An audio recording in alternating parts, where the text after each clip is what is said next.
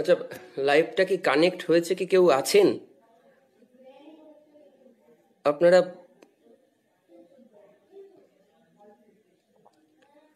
যদি শুরু হয় আপনারা একটু কিছু একটা লিখে জানান যে হ্যাঁ হচ্ছে বা আছে।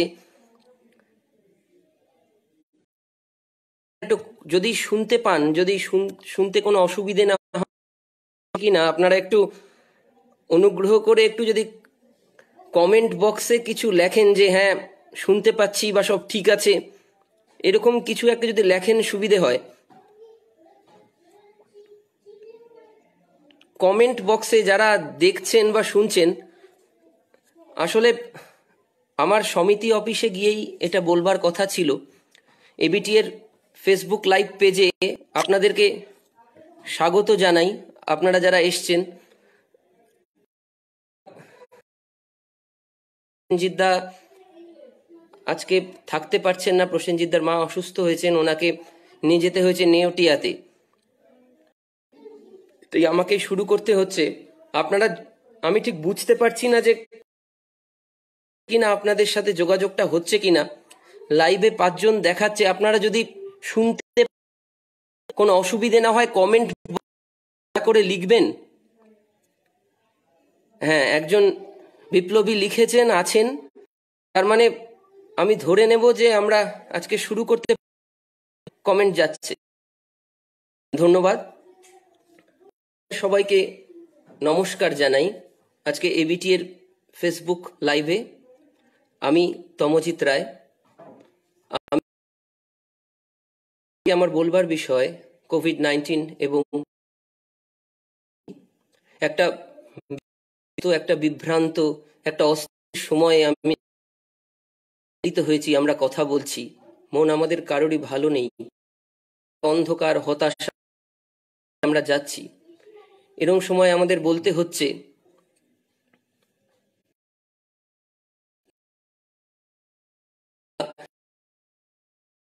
রেমেডি নেই, যে ওষুধ নেই যে এটা খেলেই আমাদের হয়ে উঠবে, বা অর্থনীতি যে, আমি অর্থনীতির অধ্যাপক, তবু যেভাবে আমরা আমাদের দেশকে, আমাদের সমাজকে আমরা দেখতে পাচ্ছি, যে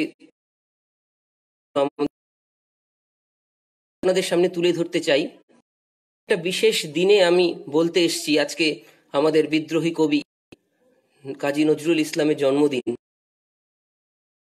আজকে আমার বাবা মনোজিৎ রায়, আমার কমরেড, আজকে সেই বিশেষ দিনে আমাকে এবিটিএ বলতে অনুরোধ করেছে। আমি সত্যি রঞ্জিতদা থাকলে খুব ভালো হতো।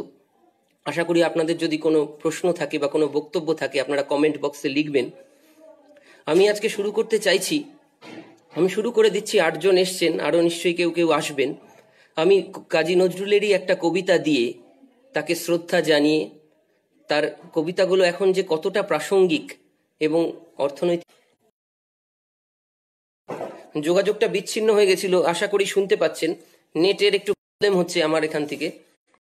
তবু আমি নজরুল ইসলামের একটি কবিতা দিয়ে আজকের আমার বলবার কথাগুলো শুরু করব। কবিতাটা হচ্ছে শ্রমিক মজুর। 1941 সালে লেখা একটি কবিতা। তার পুরোটা বলছি না, তার একটা অংশ থেকে আমি বলা শুরু করছি। দেখুন কতটা প্রাসঙ্গিক আপনাদের মনে হবে। আমি একটু মাঝখান থেকে শুরু করছি।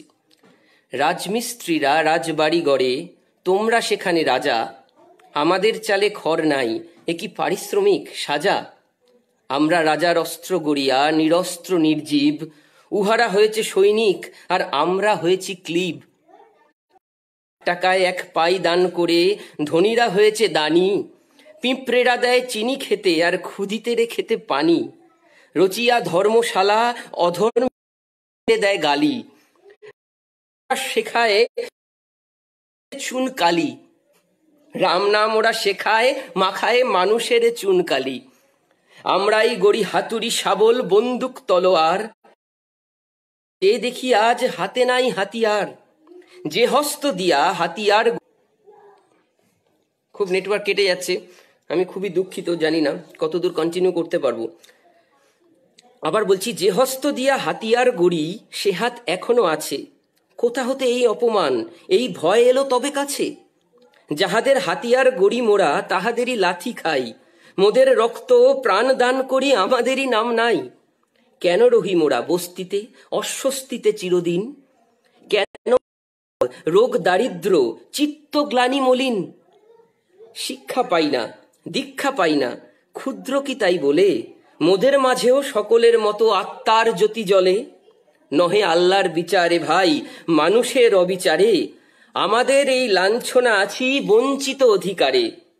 আমরা মূর্খ বলিয়া বুদ্ধিমান করে প্রতারণা, দেখেছি নিজের শক্তিকে আর লাঞ্ছনা সহিবে না। যে হাত হাতুড়ি দিয়া গড়িয়াছে প্রাসাদ হর্মরাজি, সেই হাত দিয়া বিলাস কুঞ্জ ধ্বংস করিব আজি। দেয় নাই ওরা পারিশ্রমিক মজুরের শ্রমিকের, যা দিয়েছে তাহে মেটেনি মোদের ক্ষুধা তৃষ্ণা ক্ষণিকের। মোদের প্রাপ্য আদায় করিব, কবজি শক্ত করো, গড়ার হাতুড়ি ধরেছি এবার ভাঙার হাতুড়ি ধরো।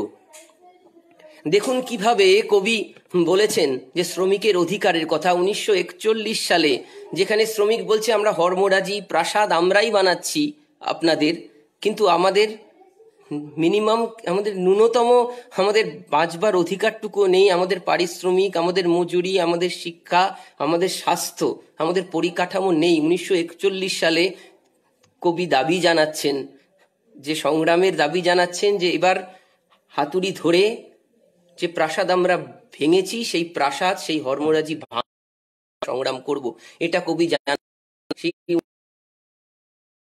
দেখুন 2020 সালেও কবির কথাগুলো কতটা প্রাসঙ্গিক হয়ে উঠেছে আমাদের কাছে, যে শ্রমিকের অধিকার আমাদের সামনে দেখেছি।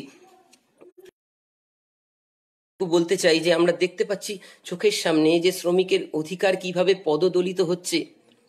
আমি শ্রম আইন নিয়ে একটু ঘাটছিলাম, আজকে আপনারা দেখবেন 1979 সালে আমাদের মাইগ্রেন্ট ওয়ার্কার্সদের জন্য, যে পরিযায়ী শ্রমিক যাদের পরিযায়ী বলে দেওয়া হচ্ছে, তাদের জন্য একটা আইন তৈরি হয়েছে, মাইগ্রেন্ট ওয়ার্কার্স প্রোটেকশন অ্যাক্ট 1979।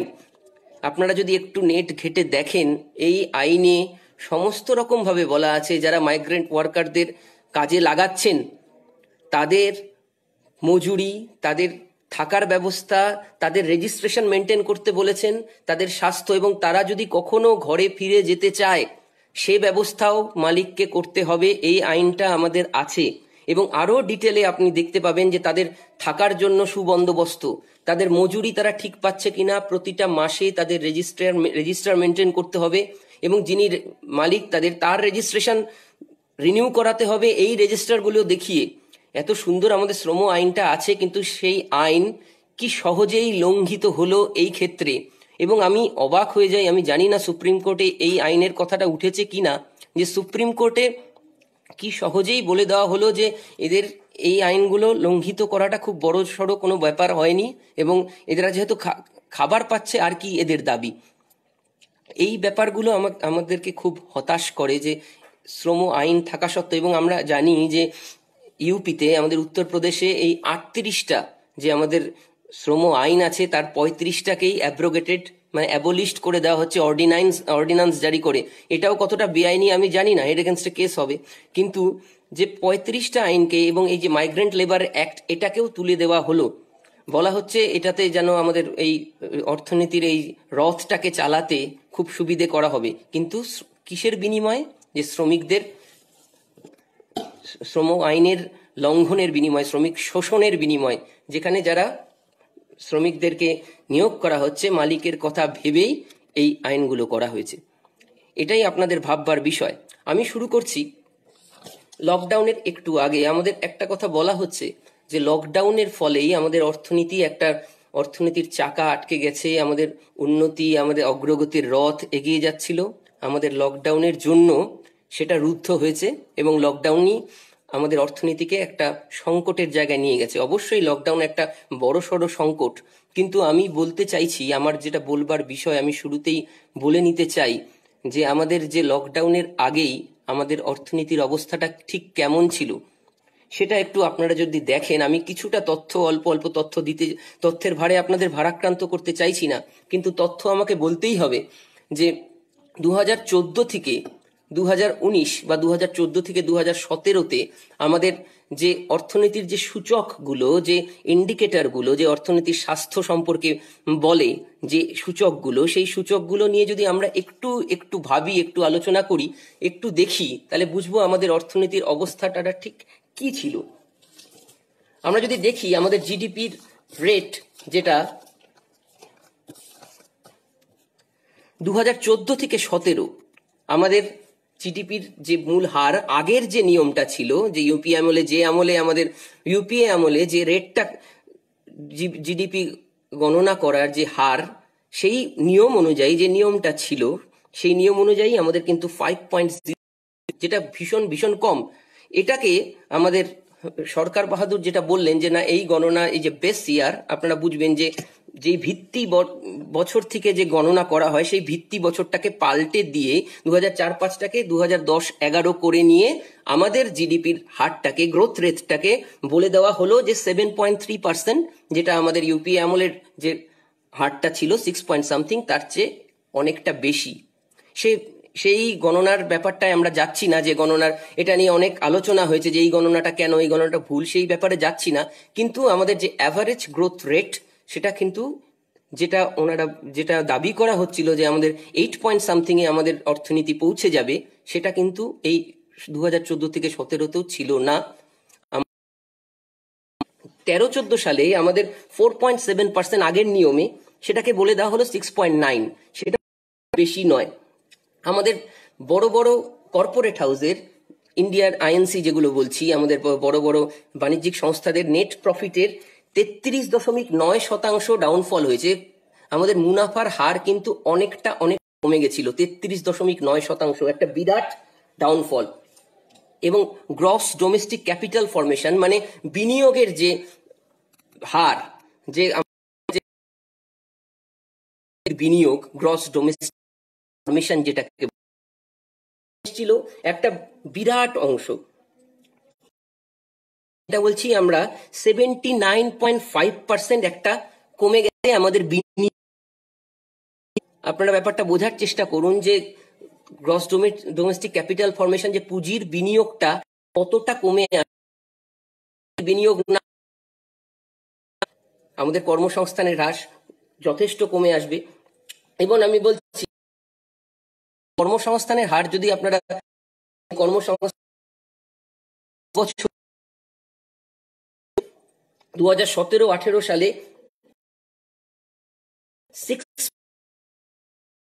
এরিয়াতে, শহরাঞ্চলে 7.8% এবং 5.3%, এটা আমাদের 45 বছর সবচেয়ে বেশি জায়গা। এবং ইউথ এমপ্লয়মেন্টের রেটটা আরো প্রচন্ড, 23.7%। একটু একটু করে বোঝার চেষ্টা কম, জিডিপির এই রকম অবস্থা। এবং আপনারা দেখছেন যে একটা এফডিআই, যে ফরেন ডাইরেক্ট ইনভেস্টমেন্টের একটা বেড়েছে একটা, সেগুলো কোথায় হচ্ছে? খুব ইন্ডাস্ট্রিতে, যেখানে শ্রমনিবিড় নয়। যদি আমাদের ইলেকট্রিক্যাল ইকুইপমেন্টে আসতো, তাহলে আমরা বুঝতে পারতাম যে আমাদের অনেক কর্মসংস্থান হতো। যেটা এফডিআই, ফরেন ডাইরেক্ট ইনভেস্টমেন্ট, যে সরাসরি যে বিদেশি পুঁজির বিনিয়োগ আমাদের এখানে হচ্ছে, সেটার যে আপওয়ার্ড কার্ভ, এটা কিন্তু অর্থনীতির উন্নতির। হ্যাঁ, আবার এসছে, আমি খুবই দুঃখিত, বারবার নেট চলে যাচ্ছে। আমি যেটা বলছিলাম যে আমাদের অর্থনীতির যে সূচকগুলো, সেটা 14 থেকে 17 কথা আমি আগে বলছিলাম, সেটা আমাদের দেশের খুব সুস্বাস্থ্যের, কর্মসংস্থানের কথাটা বললাম, বিনিয়োগ যেটা ডোমেস্টিক, যেটা আমাদের দেশীয় পুঁজির বিনিয়োগ কতটা কমে এসছে, দেশীয় যে পুঁজিপতিদের প্রফিট, সেটা কতটা কমে এসছে। ইকোনমিতে তারা ওটাই করতে চাইছে, যে করেই হোক, যে আমাদের মুনাফাটা যাতে ঠিক থাকে, সেই জন্য নানা রকম তাদের যে ব্যাপারগুলো, ক্রনিক যে কিভাবে, আমি বুঝতে পারছি খুবই অসুবিধা হচ্ছে। আমি যেটা বলতে চাইছিলাম, বারবার বিরতিতে খুব অসুবিধা, শুনতে পাচ্ছেন কিনা বারবার কেটে যাচ্ছে। যে সূচকগুলো, অর্থনৈতিক সূচকগুলো, আমাদের অর্থনৈতিক সুস্বাস্থ্য, আমরা যদি ব্যাংকিং ব্যবস্থায় দেখি, পারফর্মিং অ্যাসেট, যেটা আপনারা জানেন, নন পারফর্মিং অ্যাসেট কি, যে ব্যাংকগুলো লোন দিচ্ছে, অনাদায়ী লোন, সেই লোনটা ব্যাংকের অ্যাসেটে হয়ে যাচ্ছে, কিন্তু সেই লোন থেকে না সুদ পাচ্ছি না আসল পাচ্ছি। যে অনাদায়ী লোনের যে, সেটা ব্যাংকের একটা বোঝা, যে আমরা অ্যাসেটের সাইডে আছে, ব্যালেন্স শিটে আপনারা দেখবেন এটাকে নন পারফর্মিং অ্যাসেট বলে। এই অ্যাসেট থেকে আয় পায়, কিন্তু এটা ক্রমাগত তাদের প্রফিট কমিয়ে দিচ্ছে, একটা দীর্ঘ মেয়াদী ভার একটা ব্যাংকের কাছে। এটা ব্যাংকের খুবই অর্থনৈতিক দুরবস্থার সূচক। সেই এনপিএ 4.8% ইনক্রিজ করেছে, 7.9 লাখ ক্রোড়, 7.9 লক্ষ কোটি টাকা ব্যাংকগুলোর এনপিএ। এবং যথারীতি ব্যাংকগুলো যে ইন্ডাস্ট্রিকে ক্রেডিট দিয়েছে, সেটাও 4.5%। যে ইন্ডাস্ট্রিকে ক্রেডিট দিচ্ছে, মানে ইন্ডাস্ট্রিকে লোন দিয়েছে, সেটাও কমে এসছে। তার মানে ইন্ডাস্ট্রিয়াল কাজ বা প্রজেক্ট সেগুলো সেরকম হচ্ছে না। তার মানে বিনিয়োগ কমে আসছে এবং প্রফিট কমে আসছে এই 5 বছরে। এবং আপনারা দেখলেন যে কর্মসংস্থান সেটাও নিম্নমুখী। এবার যদি আমরা বলি আরেকটা বড় সংকট, সেটা হচ্ছে কৃষির সংকট। আপনারা দেখেছেন যে কৃষি আত্মহত্যার হার কি বিপুলভাবে বেড়েছে এই গত কয়েক বছরেই। আমি বলছি 2015 সালে 3 লাখ আত্মহত্যা করেছেন, 3 লাখ কৃষক। এখানে পি সাইনাথের যদি লেখা আপনারা পড়েন, বিখ্যাত সাংবাদিক পি সাইনাথ, উনি বলছিলেন যে এই যে 3 লাখ কৃষকের মৃত্যুর কথা বলা হচ্ছে, এখানে কিন্তু শুধুমাত্র পুরুষ কৃষকের কথাই বলা হচ্ছে। নারী কৃষক যারা নারী ক্ষেত মজুর, তাদের আত্মহত্যা এর মধ্যে নেই। তার মানে সেই সংখ্যাটা যদি যুক্ত হয়, যে কৃষকের আত্মহত্যা একটা বিরাট জায়গায় চলে গেছে আমাদের দেশে।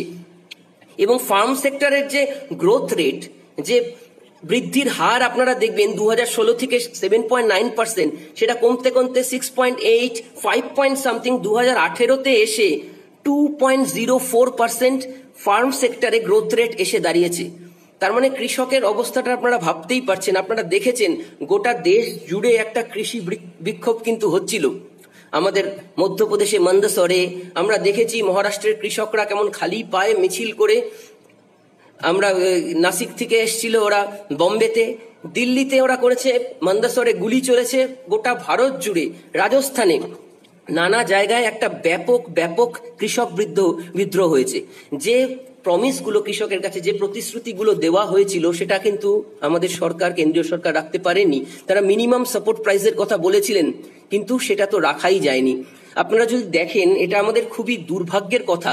এবং এটা এই মুহূর্তে এটা নিয়েই আমাদের আলোচনা করা যেতে পারে যে 2004, 6 এবং 8-এ পরপর যে আমাদের স্বামীনাথন কমিশন কৃষি পুনর্গঠনের যে রিপোর্টটা দিয়েছিলেন, NCF, national commission for farmers, এটার রিপোর্টটা যদি আপনারা একটু ভালো করে পড়ে দেখেন, যে কি সুন্দর উনি প্রথম যে পয়েন্টটা বলেছেন, ভূমি সংস্কার। আমাদের ভূমি সংস্কার আমাদের ভারতবর্ষে খুব ভালো করেই জানেন যে যারা মূলত রাজনৈতিক ক্ষমতায় থাকেন তারাই হয়তো বড় বড় কৃষকের কথাই যখন আসে, বড় জমির মালিক। কিন্তু আমাদের সিলিং নির্ধারিত করে সেই সিলিং এর এক্সেস ল্যান্ড বা ওয়েস্ট ল্যান্ডগুলো আমরা খুব সঠিকভাবে বিলি করতে পারিনি। আমাদের রাজ্যে খানিকটা হয়েছে, অনেকটাই হয়েছে, কিন্তু একটা লেভেল অবধি হয়নি আমি জানি। কিন্তু এই ব্যাপারটা যে আমরা ভূমি সংস্কারটা যদি নিবিড়ভাবে করতে পারতাম, তাহলে কৃষির এই দুরবস্থা হতো না। এবং ওখানে খুব সেচ প্রযুক্তি, national land use advisory service বলে একটা সার্ভিসের কথা বলা হয়েছে, আপনারা পড়ে দেখতে পারেন। অরণ্যচারী মানুষদের পশুপালনের অধিকার, এবং খুব সুন্দর মহিলা কৃষিজীবীদের জন্য আলাদা করে ফিমেল কিষাণ ক্রেডিট কার্ডের কথা বলা হয়েছিল। এবং জয়েন্ট পাট্টা দেবার, পুরুষ মহিলার জয়েন্ট পাট্টা দেবার কথা বলা হয়েছে। এবং 50%-এর যেটা প্রোডাকশন কস্ট, যেটা চাষের যে খরচ, তার 50% বেশি আমাদের সহায়ক মূল্য স্থির করার কথা বলা হয়েছিল। এই যে অনেকগুলো, এবং ক্ষুদ্র প্রান্তিক চাষীদের কথা, এগুলো বলা হয়। আপনারা দেখবেন আমাদের এবার বাজেটে কৃষির এই দুরবস্থা কাটানোর জন্য 30% ইনক্রিজ করা হয়েছে বাজেট অ্যালোকেশন কৃষির ক্ষেত্রে। কিছু কিছু অনেক কিছু প্রকল্প নেওয়া হয়েছে। আমরা জানি PM কিষাণ, যেখানে 6,000 টাকা 2,000 করে তাদের ডাইরেক্ট অ্যাকাউন্টে যাবে। ফার্মার্স প্রোডাকশন অর্গানাইজেশন করা হয়েছে। টেকনোলজি, এবার কৃষি প্রযুক্তির ক্ষেত্রে আমাদের গবেষণার যে হার, এটা ভীষণই কম। আপনারা দেখে থাকবেন 0.3%, সেটাকে বাড়ানোর কথা বলা হয়েছে। কিন্তু আমরা যেটা বলছিলাম যে ভূমিহীন ক্ষেত মজুর, ভূমিহীন কৃষক যারা চুক্তি ভিত্তিতে কাজ করে, তাদের কথা আমরা সরাসরি তাদের জন্য কিছুই ভাবিনি, যেটা আমরা স্বামীনাথন কমিশন ভেবেছিলেন। 2004 থেকে 6 এই 14 বছর কেটে গেল। 6 থেকে 2020 পার্লামেন্টে কেউ স্বামীনাথন কমিশন নিয়ে আলোচনা করলেন না। এইটা বড়ই দুর্ভাগ্যের। বামপন্থীরা শুধু খানিকটা চেঁচিয়ে গেছেন পার্লামেন্টে, কিন্তু স্বামীনাথন কমিশন আমরা যদি বলি যে এখন কৃষি পুনর্গঠনের রূপরেখাটা কি হবে, কৃষকদের এই যে রিভার্স মাইগ্রেশনটা হচ্ছে, আপনারা বলছেন যে এত শ্রমিক যারা কৃষি ক্ষেতমজুর, তারা আমাদের ওয়েজ রেট, আপনি জানেন যে আমাদের রাজ্য থেকে, অনেকগুলো রাজ্য থেকে সমস্ত দলে দলে শ্রমিক পরিবার সহ কেন গেছিলেন কাজে? কারণ আমাদের দৈনিক মজুরি আমাদের রাজ্যে খুব কম, আরো কয়েকটা রাজ্যে কম, কেরালাতে বেশি। সেই দৈনিক মজুরির হার বেশি বলেই তারা জন খাটতে গিয়েছিলেন। কিন্তু আমাদের যে এবার রিভার্স মাইগ্রেশন যেটা হবে, যে এত শ্রমিক যারা ফিরে চলে আসছেন, তারা তো অনেকেই আর ফিরে যাবেন না। তখন একটা কৃষিক্ষেত্রে আর একটা ব্যাপক একটা চাপের সৃষ্টি হবে। সেই চাপ কি করে আমরা সামলাবো, তার রূপরেখা কোথায়? আমরা জানি যে MNREGA-তে 40,000 একটা অ্যালোকেট করেছেন মহাত্মা গান্ধী, যেটা MGNREGA, Mahatma Gandhi national rural employment guarantee act 2005-এর ভিত্তিতে, যে একটা 40,000 কোটি টাকা। কিন্তু আমরা এখনো হিসেব করতে পারিনি যে আমাদের কত সংখ্যক শ্রমিক, যাদের মাইগ্রেন্ট ওয়ার্কার বলছি, তারা ফিরে আসবেন এবং তাদেরকে সরাসরি জব কার্ড দেওয়ার কথা বলা হয়েছে। কিন্তু তাদের জন্য অ্যালোকেট করা হলো 40,000 কোটি। যদি সংখ্যাটা শুনতে পাচ্ছি, সংখ্যাটা হচ্ছে 10 কোটি বা 15 কোটি। এবার যদি 10 কোটি মানুষই রয়ে যান, কাজে ফেরত না যান 5 মাসের জন্য, ধরলাম এই বছরটা তারা রয়ে যাবেন, এই 10 কোটি চাষির জন্য যদি আপনারা ভাগ করেন, পার হেড 4,000 টাকা হয়, তাহলে কত দিনের কাজ ওদেরকে আমরা অ্যালোকেট করতে পারলাম এই টাকা দিয়ে? এই টাকা কি তাদের জন্য খুব প্রতুল হলো? এটা খুবই অপ্রতুল। তাই MNREGA-তে এই 40,000 কোটি টাকা যে ধার্য করা হলো, আমরা 20 লাখ কোটি টাকার প্যাকেজের কথা শুনেছি, কিন্তু পরে দেখা গেছে যে সে প্যাকেজের মধ্যে অদ্ভুত। আপনারা সবাই জানেন যে এই প্যাকেজটার মধ্যে অনেক মজা আছে। যেমন আমাদের যে ট্যাক্স আমরা দিয়েছি, যেটা আমাদেরকে কেটে না হয়, TDS কেটে না হয়, ট্যাক্স আমরা দিই, সেটা যে রিফান্ডটা, মানে যেটা আমরা বাড়তি ট্যাক্স দিই, সেই ট্যাক্সটা আমরা পাবো, সেটা তো আমাদের পাওনা টাকা। এই বাড়তি ট্যাক্সটাকেও বলা হচ্ছে ওই 20 লাখ কোটির মধ্যে ধরে ফেলা হলো। বুঝতে পারছেন তো? তাহলে হ্যাঁ, নেটে সমস্যা হচ্ছে, গৌতম দা বলছেন। গৌতম দা একটু কষ্ট করে শুনে নিন, নয়তো রেকর্ডিংটা শুনবেন। এখন যারা শুনতে অসুবিধা হচ্ছে, রেকর্ডিং এ হয়তো অসুবিধে হবে না। আমি যেটা বলছিলাম যে এই যে কৃষির উপর যে একটা বিশাল বড় চাপ আসতে যাচ্ছে, কৃষিকে আমরা পরিকল্পনা করে কৃষিকে আমরা নষ্ট করেছি। পি সাইনাথ একটা খুব দারুণ কথা বলেছিলেন, corporate hijacking of agriculture. Corporate hijacking of agriculture কথাটা বুঝুন, যে বাণিজ্যিক সংস্থার পুঁজিপতিদের হাইজ্যাক করে নেওয়া হলো আমাদের কৃষিকে। তারা হাইজ্যাক করে নিয়েছে কিভাবে? জল নিয়ে, পেস্টিসাইড নিয়ে, তাদের ব্যবসা করার জন্য। আপনারা যদি দেখে থাকবেন, খুব বেশি দিন আগেকার কথা না, গুজরাটে পেপসিকো কোম্পানি কিভাবে একরের পর একর জমি তারা কিনে নিয়েছে আলু চাষে। একটা স্পেসিফিক FC5 একটা আলু চাষ করার জন্য তাদেরকে বাধ্য করা হচ্ছে, এবং যে কয়েকজন চাষি, 4 জন চাষির বিরুদ্ধে ওরা কেস করেছিলেন যে তারা ওই চাষটা করতে রাজি হননি বলে। তার মানে দেখতে, এবং আপনারা ভাবতে পারবেন না যে এর সাথে কিভাবে সরকার, এবং আপনারা যদি ওই কেসটা একটু ভালো করে দেখেন, গুজরাট সরকারের এবং সরাসরি আমি বলছি যে RSS এর একটা ভূমিকা আছে, যে ওই কেসটায় ওই চাষিদের শোষণের। এরকম মহারাষ্ট্রে জল নিয়ে কোকা কোলা, এই বড় বড় কোম্পানি আমাদের জল, ভূগর্ভস্থ জল বিক্রি হয়ে যাচ্ছে। তাহলে কর্পোরেট হাইজ্যাকিং অফ আমাদের কৃষি, এই যে ব্যাপারটা ক্রমাগত হচ্ছে, সেখান থেকে আমরা কৃষিকে কি করে মুক্ত করতে পারবো, এটা তো ভাববার সময় আছে। আমাদের একটাই রেমেডি, আমরা এখনো বলছি যে যদি বলে যে পথ দেখানোর কি পথ আছে, আমরা যদি স্বামীনাথন কমিশনের রিপোর্টটাকে ডিটো মানতে পারি, তাহলে কিন্তু আমাদের কৃষিকে, আমরা ভেঙে পড়া কৃষিকে আবার নতুন করে গড়তে পারবো, এটা সত্যি। এবার আরেকটা যেটা বলার কথা ছিল, যে আমি এমএসএমই, যেটা হচ্ছে আমাদের ক্ষুদ্র ব্যবসায়ী, যে small medium, micro small medium enterprise, যাদের খুব ক্ষুদ্র পুঁজির যারা ব্যবসায়ী, তাদের জন্য একটা বড় দেওয়া হয়েছে। বলছে যে 3 লক্ষ কোটি টাকা তাদের জন্য ধার্য করা হয়েছে। আমাদের নতুন 20 লক্ষ কোটি টাকার যে প্যাকেজ, তার মধ্যে 3 লক্ষ কোটি টাকা এমএসএমইর জন্য। কিন্তু এটা ভালো, এমএসএমইর সত্যি প্রচন্ড অসুবিধা, তারা মায়না দিতে পারছেন না।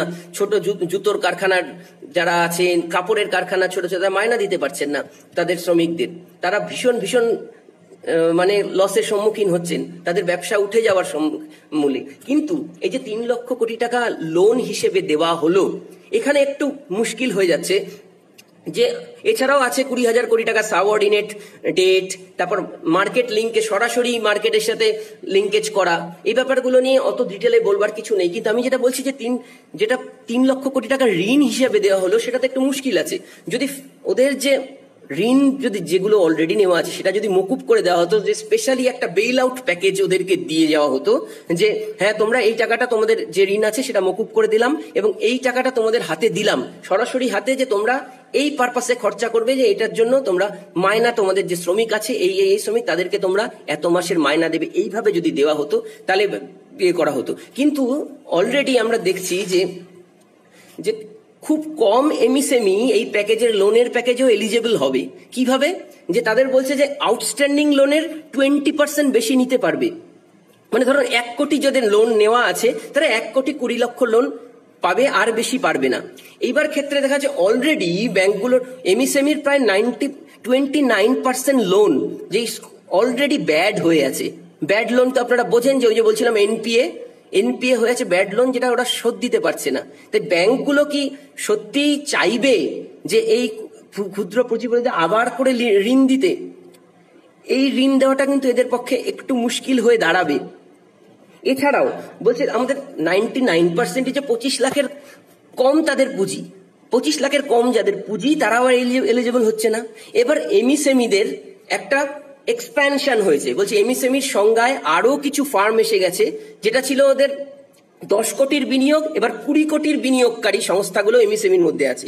টার্নওভার 100 কোটি টার্নওভারের সংস্থাগুলো, ভাবতে পারছেন, যাদের টার্নওভার 100 কোটি, যাদের টার্নওভার গুলো 100 কোটি, তারা কি সত্যি ক্ষুদ্র বিনিয়োগকারীদের মধ্যে পড়ছে?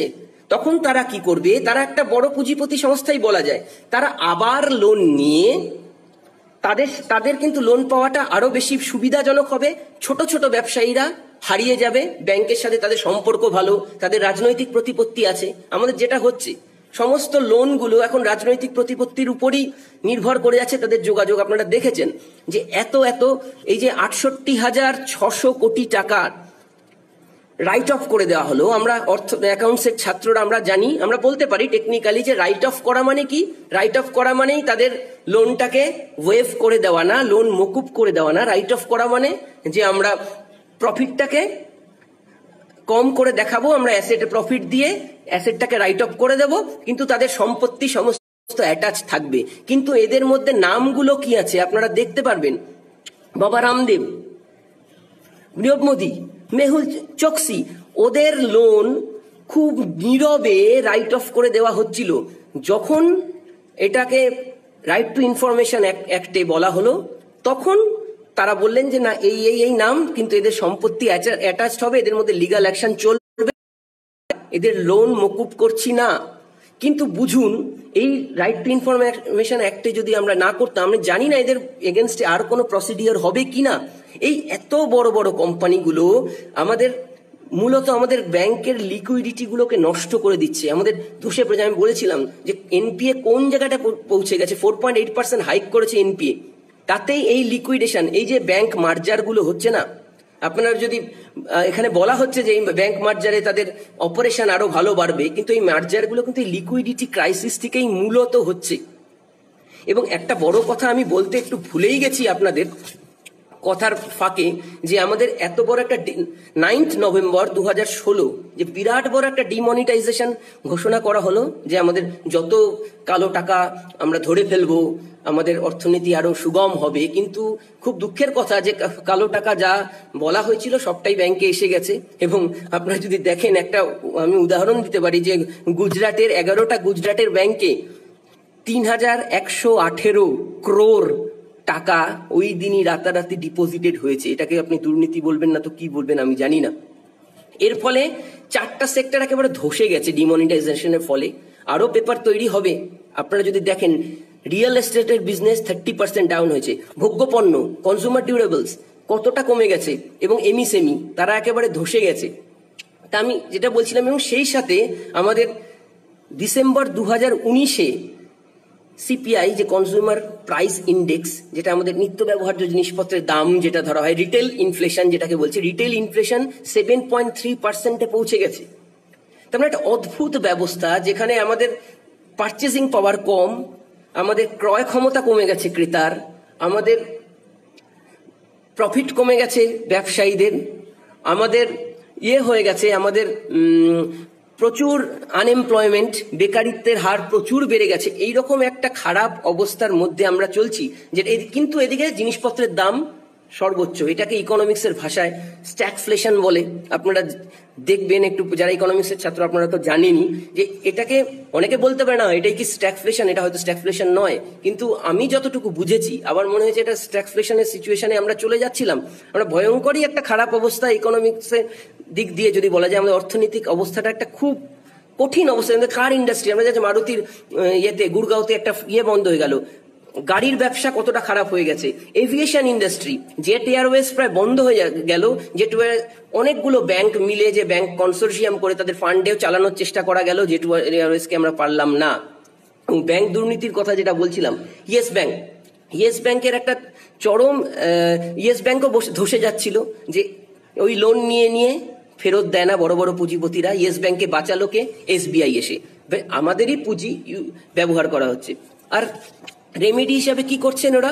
ক্রমাগত ব্যাংক ইন্টারেস্ট বাড়াচ্ছেন, ব্যাংক ইন্টারেস্ট কমাচ্ছেন, এবং রেপো রেট কমাচ্ছেন, যেটা যেই রেটে রিজার্ভ ব্যাংক থেকে আমরা ব্যাংকগুলো ঋণ নেয় সেটা কমানো হচ্ছে। এবং আমাদের স্মল সেভার্স, যারা আমরা পোস্ট অফিসে টাকা রাখি, সেই পোস্ট অফিসের সমানে তার ইন্টারেস্ট কমতে কমতে এখন 3% এসছে। কেন কি? যে আমাদের স্টক মার্কেটে আমাদের ইনভেস্ট করতে হবে। আপনারা দেখবেন এই অর্থনীতির খারাপ অবস্থাতেও এখনো স্টক মার্কেটের কিন্তু ততটা ধস নামেনি।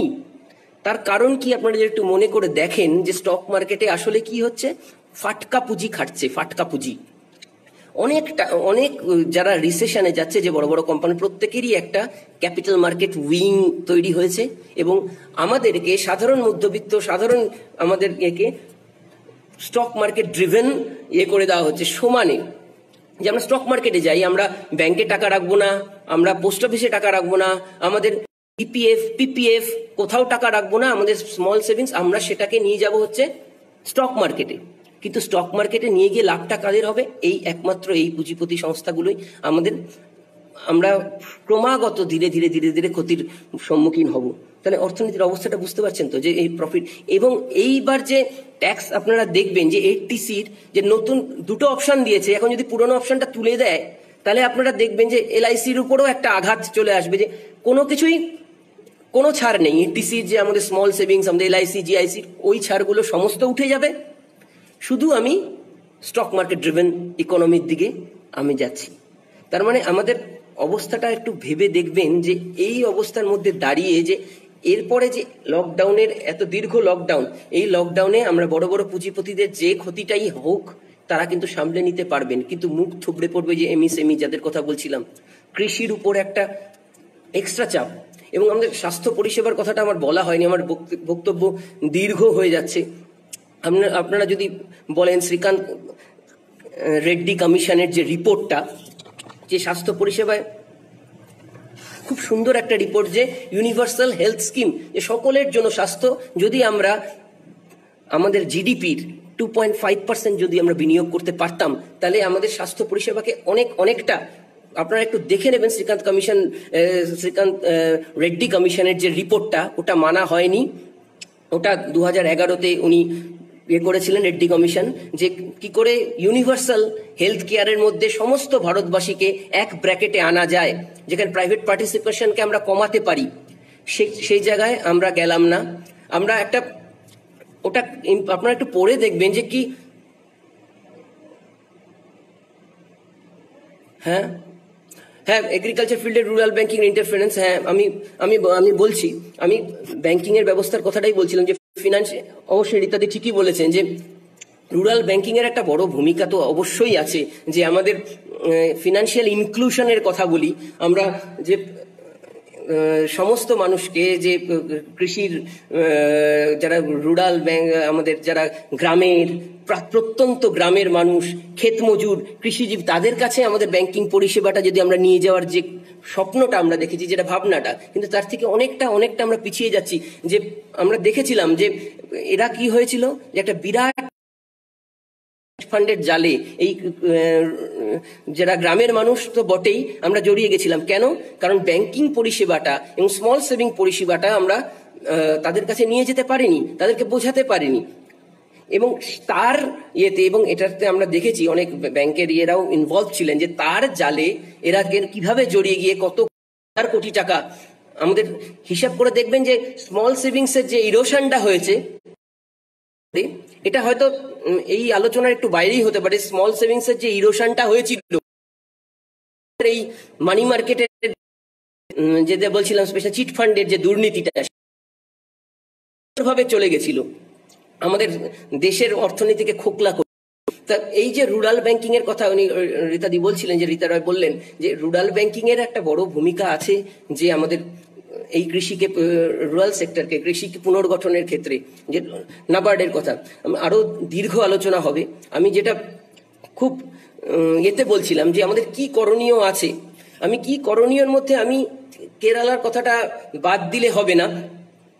হ্যাঁ, শৈবালদা ক্রনি ক্যাপিটালের কথা তো আমি বলছিলাম, যে কিভাবে যে আমাদের শৈবাল কাকু বলেছেন ক্রনি ক্যাপিটালিজমের কথা, আমি আগে একটু বলেছি, ওটা কেটে গেছে, যে আমরা কিভাবে আমাদের রাজনৈতিক ক্ষমতা প্রয়োগ করে আমরা ব্যাংক থেকে কোটি টাকা আমরা তুলে নিয়েছি, আমাদের লিকুইডেশনকে একেবারে শেষ করে দিয়ে আমরা তুলে নিয়েছি। আমরা স্পেসিফিক আমাদের, এবং আপনারা সবাই জানেন যে সরকার ইলেকটোরাল বন্ডে এই পুঁজিপতিরা কতটা টাকা তুলেছে। ইলেকটোরাল বন্ডের যদি হিসাবগুলো দেখেন, যে পরপর 1, 2, 3, আমি কোনো দলের কথা বলছি না, আমাদের কেন্দ্রীয় সরকারের ইলেকটোরাল বন্ডে যে পুঁজিপতিদের অবদানটা আপনারা দেখবেন, তাই পুঁজিপতিদের কথা মতো হবে। এবং যেটা বলছিলাম যে 50 জন IRS একটা প্রস্তাবনা তৈরি করতে বলা হয়েছিল, যে কি করা উচিত, আপাতত আমরা কি করতে পারি। তখন ওরা বলেছিলেন যে ইনহেরিটেন্স ওয়েলথ ট্যাক্স ইনক্রিজ করার কথা ওনারা বলেছিলেন, এবং বলেছিলেন এই ওয়েলথ ট্যাক্স, ইনহেরিটেন্স ট্যাক্স এবং একটা কোভিড সেস কর্পোরেট ট্যাক্সের উপর লাগাতে বলেছিলেন। সেই ক্ষেত্রে থেকে আমরা 18,000 কোটি টাকা অ্যাডিশনাল পেতে পারতাম। যে কোনো প্রোগ্রেসিভ ট্যাক্সেশনের এটাই একটা দিক, যে আমরা যখনই আমরা কি করব, tax the rich and distribute the sum to poor, এটাই তো প্রোগ্রেসিভ ট্যাক্সেশনের নিয়ম। এবং আমি খুবই ভালো লেগেছিল যে IRS অফিসাররা তাদের মেরুদণ্ড সোজা রেখে একটা খুব সুন্দর রূপরেখা দিয়েছিলেন। এটা আমরা করতে পারতাম, কিন্তু তাদের প্রকল্পটা ছিঁড়ে ডাস্টবিনে ফেলে দেওয়া হলো। কারণ কি, এই ক্রনি ক্যাপিটালিজম, যে আমরা পুঁজিপতিদের চটাতে পারবো না, যারা বড় পুঁজিপতি তাদেরকে আমরা ট্যাক্সিং এর মধ্যে আরো এক্সট্রা ট্যাক্সিং যাদের ওয়েলথ যাদের আছে। এবং আমি যেটা বলছিলাম, আমাদের পার্লামেন্টের এখন 83%, পি সাইনাথের লেখাটা যদি আপনারা পড়েন, আগে 53% ছিল, এখন 83% মানুষ হচ্ছে কোটিপতি। তারা যদি পার্লামেন্টে কোটিপতির সংখ্যা সমানে বাড়তে থাকে, আমরা যদি কোটিপতিদেরই নির্বাচিত করে পার্লামেন্টে পাঠাই, তাহলে কি করে তারা ক্ষুদ্র পুঁজিপতিদের, ক্ষুদ্র কৃষকদের, ক্ষেত মজুরদের কথা, শ্রমিকদের কথা তারা কি করে তুলে আনবেন?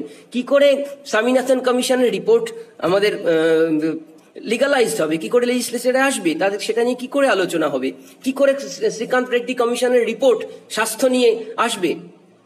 স্বাস্থ্য শিক্ষা আমরা তো দুটো ভাগই করে দিলাম, সেই ভাগটা আরো আরো দৃঢ় হবে, যে ফেলো করি মাখো তেলের জায়গাটা আরো চলে আসবে। এই যে অনলাইন এডুকেশন করেছি আমরা, কিন্তু আমরা কি ইন্টারনেটকে জরুরি পরিষেভাবে সব গ্রামে গঞ্জে পৌঁছে দিতে পেরেছি?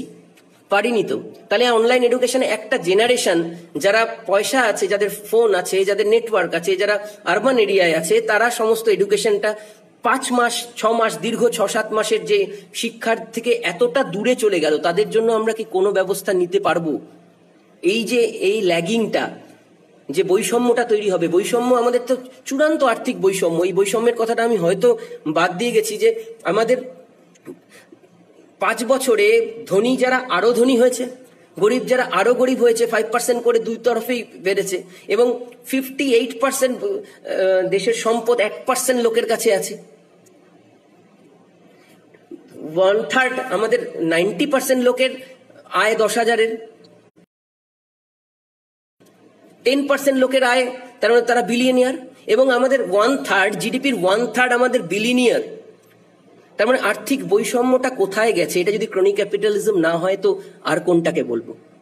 আপনারা দেখতে পাবেন না আদানি গ্রুপের কিভাবে তারা কত টাকার এসবিআই থেকে কত টাকা 1,86,000 কোটি টাকার লোন নিয়ে তারা অস্ট্রেলিয়াতে একটা প্রজেক্ট করেছে।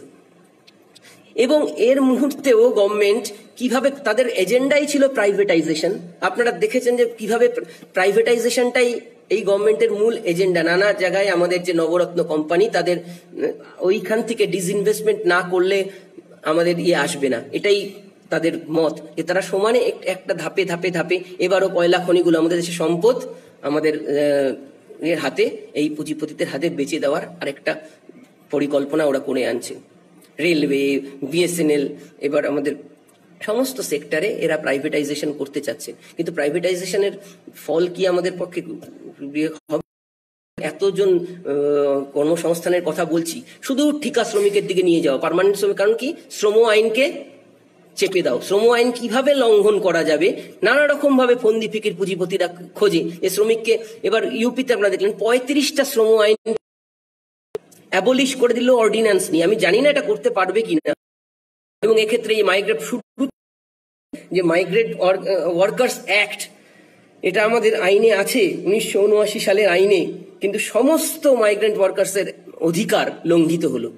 তাই এই ব্যাপারে যদি আমরা সরব না হই, আমরা যদি, তাহলে কি করে, কোন রেমেডি দিয়ে, আমাদের তো এই নিয়েই আলোচনা করতে হবে যে কোন রেমেডি দিয়ে আমাদের এই 20 লক্ষ কোটি টাকার যে প্যাকেজ, এই রেমেডি দিয়ে আমাদের এই ধুঁকতে থাকা অর্থনীতিকে, ধুঁকতে থাকা সমাজ ব্যবস্থাকে আমরা তো এগিয়ে আনতে পারবো না।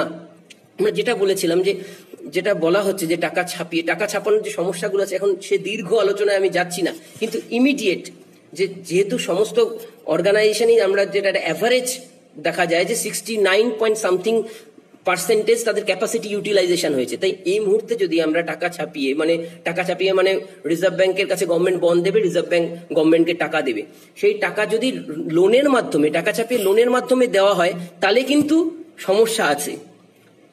এই বড় পুঁজিপতিরাই নানাভাবে সেই টাকার করে লোন নিয়ে, এবং ছোট যাদের সত্যি লোনের দরকার তারা সেগ্রিগেটেড হয়ে যাবে, সেই লোন নিয়ে আবার ফাটকা পুঁজিতে বিনিয়োগ হবে স্টক মার্কেট। কিন্তু ডিরেক্ট যদি ক্যাশ ট্রান্সফার আমরা করতে পারি আপাতত 5 মাসের জন্য, সেটা একটা জরুরি দরকার। কিন্তু সেই সাথে দীর্ঘমেয়াদী একটা পরিকল্পনা করা দরকার, যে আমরা নিবিড়ভাবে শ্রমনিবিড় শিল্প, রাষ্ট্রায়ত্ত শিল্প সংস্থাগুলোকে কি করে আরো ডেভেলপ করতে পারি, তাদের যে ভ্যাকেন্সিগুলো সেই জায়গাগুলো কি করে পূর্ণ করতে পারি, সেই ব্যাপারগুলো।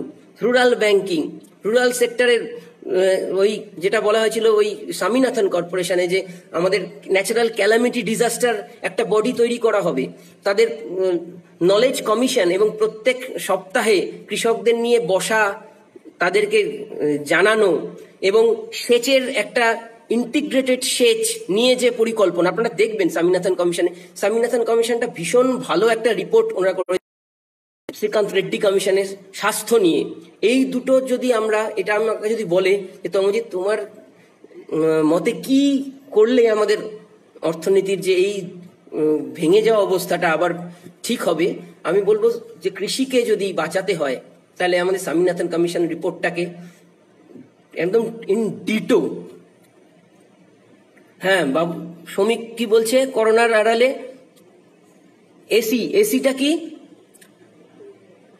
হ্যাঁ বোধহয় ও বলতে যাচ্ছে যে করোনার আড়ালে যে আমাদের কেন্দ্রীয় সরকার বা ক্রনি ক্যাপিটালিজম, যে পুঁজিপতিদের যে কাজ, আমি বলেছিলাম যে পুঁজিপতিদের তো প্রফিট ড্রিভেন, যে করেই হোক আমাদের যদি রিসেশনও আসে কিন্তু আমাদের প্রফিটটা ঠিক করে যেতে হবে। তাহলে কিসের ভাবে আমাদের শ্রমিক শোষণ করতে হবে, এটা সহজ উপায়, যে তাদের 8 ঘন্টার জায়গায় 12 ঘন্টার কাজ, যত রকম শ্রম আইন থাকবে সব লঙ্ঘন করো, তাদের কোনো অধিকার ইউনিয়ন করার অধিকার থাকবে না, কখনো তাদের মজুরি মেরে দেবো।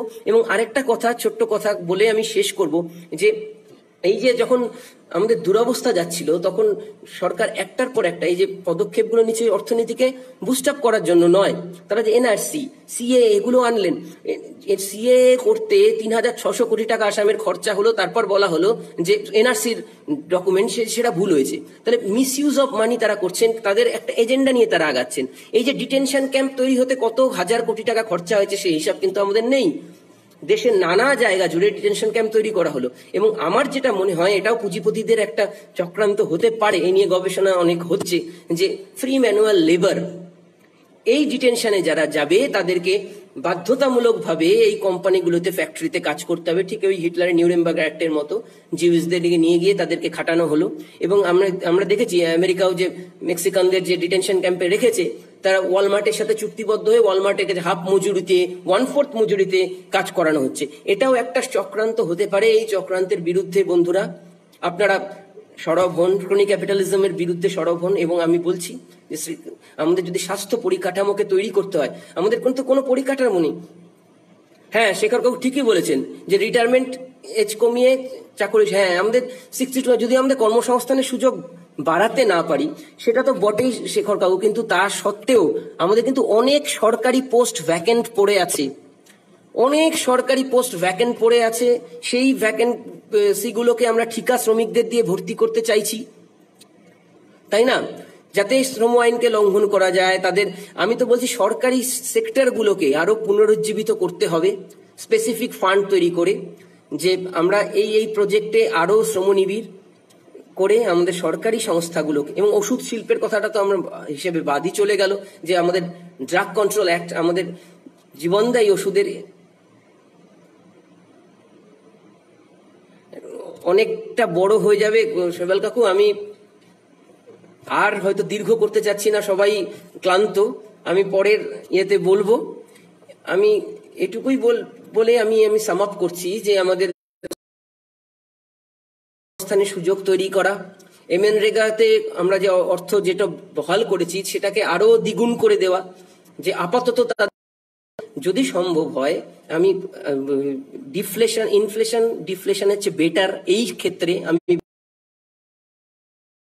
সরাসরি তাদের 5 মাস এই শ্রমিকদের, এবং পয়েন্টটা যে লঙ্ঘন হলো, আমরা কেন সরব হয়েছি, কিন্তু আমাদেরকে যেখানেই দাবিয়ে দেওয়া হচ্ছে এবং সুপ্রিম কোর্ট জুডিশিয়ারি সবখানেই এই পরিস্থিতিটা নিশ্চয়ই থাকবে না। আমি আশা করি যে শ্রম আইনের লঙ্ঘন এটা যাতে রোধ করা যায়, এবং নতুন দিকে আমাদের ভাবতেই হবে যে আমাদের লড়াই আন্দোলনের পথেই আমাদের দাবি আদায়গুলো করতে হবে, শ্রমিকের স্বার্থে, ক্ষেত মজুরের স্বার্থে, কৃষকের স্বার্থে।